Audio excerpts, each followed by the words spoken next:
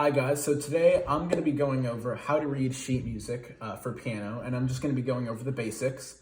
This could be a good quarantine activity for you to do if you've been wanting to pick up piano. Today I'm just going to show you the basics of how to actually start reading the sheet music.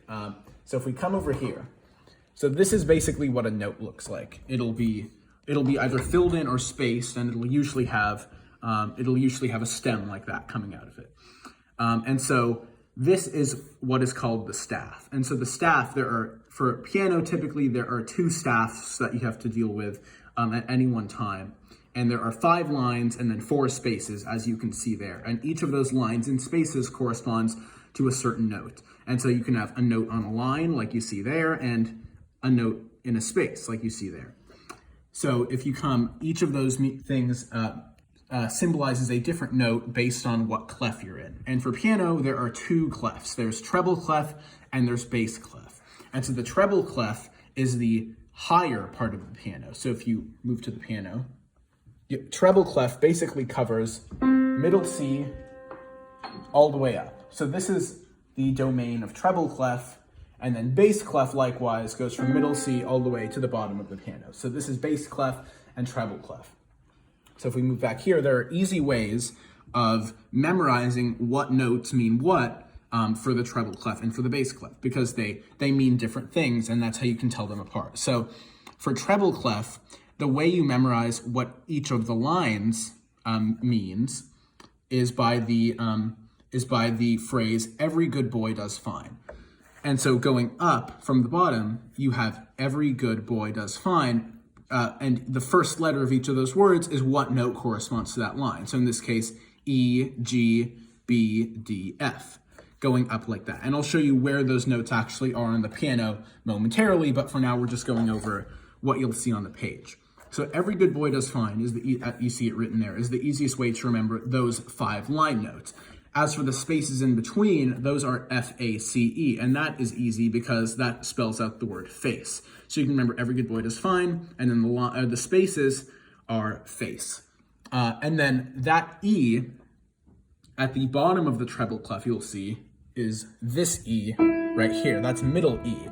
So the line just below that E, you can always remember, is middle C. And middle C will have that line there to show you it's on a line, with the note filled in there to show you that's middle C, as opposed to in the space there where it would just be directly below the line. Moving on to bass clef. Bass clef has a similar set of things you can use to memorize. So for bass clef, going from the bottom up, it's "good boys don't fight anyone." And so the way you can partially easily remember that is that bass clef is also called F clef because the 2 dots of the bass clef there surround that F line. If you remember, every good boys don't fight, that being the F, anyone, A is on the top there. So those are the 5 lines, and then the 4 spaces, A, C, E, G, the ones in between, can be memorized by "all cows eat grass." So going up like that. And so then again, you'll have notes on the lines and in the spaces. And then, so that top A, just to show you for reference where on the piano this is, that top A there, that "anyone," is this A right here on the piano, and that A is just below middle C. So the 2 clefs essentially end here. So this territory can basically be used by either clef depending on what hand you're playing it in, for example. And so then we'll move on to measures now. And so the concept of measures is basically there are different time signatures of any piece of music you might be playing. So for example, you could be playing a piece in 4/4, which means 4 beats per measure, and each of those beats is a quarter note. So it'd be 1, 2, 3, 4. That would be the time signature. You might also have something that's in 3/4, what people would call a waltz, and that's 1, 2, 3, 1, 2, 3, only 3 beats per measure. But either way, there's those set of notes within a given measure, and they're separated by a bar line. And so that is kind of what helps you keep the overall rhythm of the piece of music that you're looking at. So to illustrate an example of that, we go to this. This is the Ode to Joy from Beethoven's Ninth Symphony. You'll recognize it. And so on. So everyone knows that tune. And so if you look here, this says 4/4. And so what the top 4 means that there are 4 beats in a measure. And so you see our measures. There's one measure and then the bar line, one measure and then the bar line, and so on all the way till the end of the piece. The bottom 4 means that each of those beats is a quarter note, symbolized by the number 4. So each of those filled in notes with the stem is a quarter note. And so for cross-reference, there are several kinds of notes that you might see. So the first one of these is a whole note. So a whole note is 4 counts. So a whole note is equivalent to 4 quarter notes. Easy enough given the names. So where you would see 4 quarter notes, this is equivalent to if you saw 1 whole note. That would take up the same amount of time in this piece. Then in between those two is the half note, and that takes up 2 beats. And of course, you can tell from the name, the half note is only 2 counts. It's half of a whole note. It's twice what a quarter note is. And you can tell what the half note is because like the whole note, it's not filled in the middle, but it does have a stem like the quarter note. So it's almost like in between the two. And those, when you're starting out, those are really the only kinds of notes you'll see. Later on, you'll see things like eighth notes. And eighth notes look like quarter notes, but they're connected by a bridge at the top. And of course, an eighth note is only half of a quarter note. But for now, we only need to worry about this. So knowing all of that, then you can actually start to apply what you have down at the piano. And so you'll need to work out your basic fingering. And so all of the pieces you'll begin to play will usually illustrate where your fingers need to be. So looking at your right hand, each of your fingers would be numbered. Your thumb is 1 and going up to 5. 1, 2, 3, 4, 5, just like that. So looking at Ode to Joy, for example, this wants you to start. So if we remember going back, this is treble clef. This is the bottom note, so every good boy. So we know that note's E. So starting on that E, if we remember, it's the E just above the C. So this E, we want to do with our third finger. And the reason is that, so they'll show you where where your fingers should be, in this case, for this piece, at the beginning of each measure. So you know how you need to move your fingers. You wouldn't want to start, for example, on your second finger, because then you would go, and you would unnecessarily need to cross over. Whereas the fingering here makes it easier, where you can go, and so on. So up to that point, you don't need to cross any fingers. And so basically, it's the same idea for the left hand. And once again, from your thumb to your pinky, it's going 1, 2, 3, 4, 5. And so you'll see fingering with left hand basically in the same way you would see it for the right hand.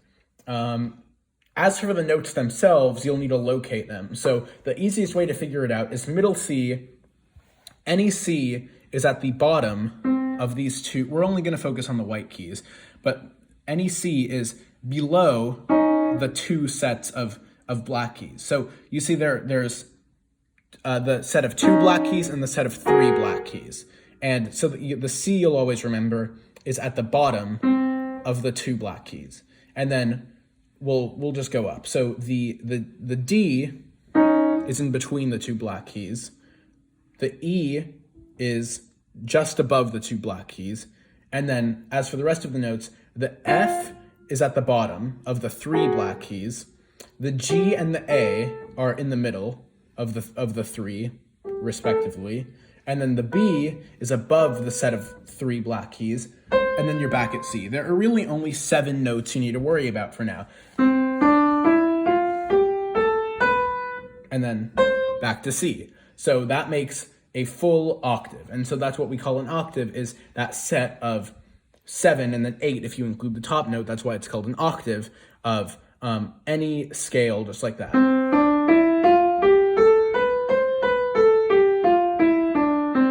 And that applies with any key signature you might be in. But in this case, we're only going to stick with C major, and just using only the white keys.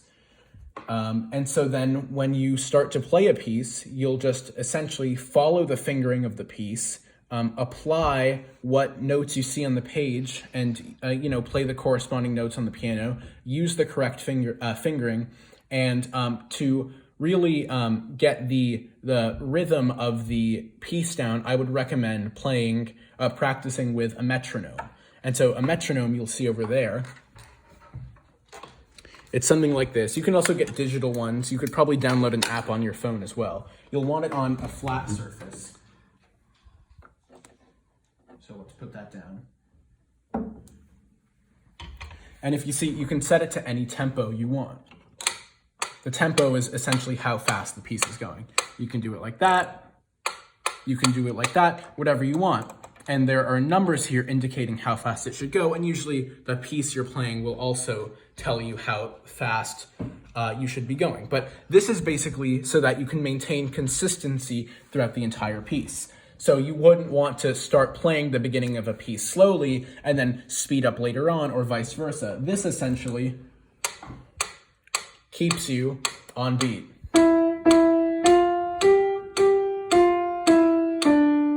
And so on. So it does seem boring to practice with the metronome, but after practicing with the metronome several times, you'll eventually get the feeling of the piece without needing to use the metronome. The payoff is there if you actually practice with the metronome the first times you play the piece. As for piano basics, that's about all you need to know. So start learning easy pieces like this. If you just want to use one hand at a time, that's perfectly fine. And there are plenty of other sources that you can find online. There are YouTube tutorials.